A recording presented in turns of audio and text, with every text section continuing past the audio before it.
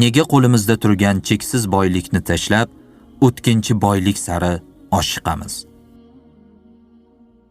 Abu Hanifa rahimahulloh o'tkir zehn, zakovat, fahm farosat, yuksak fazilat egasi bo'lganlar. U zotning o'ta aniq va teran fikrlardan ko'plab odamlar xabardor edi.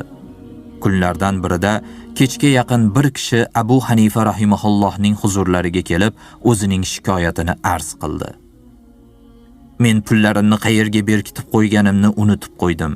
Iltimos, menga pullarimni topishimda yordam bering dedi.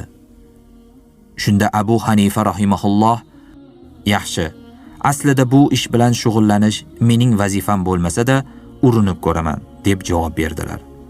So'ngra uzoq o'ylab Abu Hanifa bunday dedilar: Uyingizga borib Allohning ibodati bilan tonggacha mashg'ul bo'ling.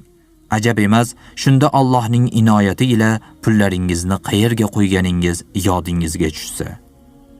Haligi kishi Abu Hanifa aytganlaridek uyga borib endigina namoz o'qishni boshlayotganida birdan pulini qayerga qo'ygani yodiga tushdi. Tezda namozini o'qib, pulini olish uchun shoshilib chiqib ketdi.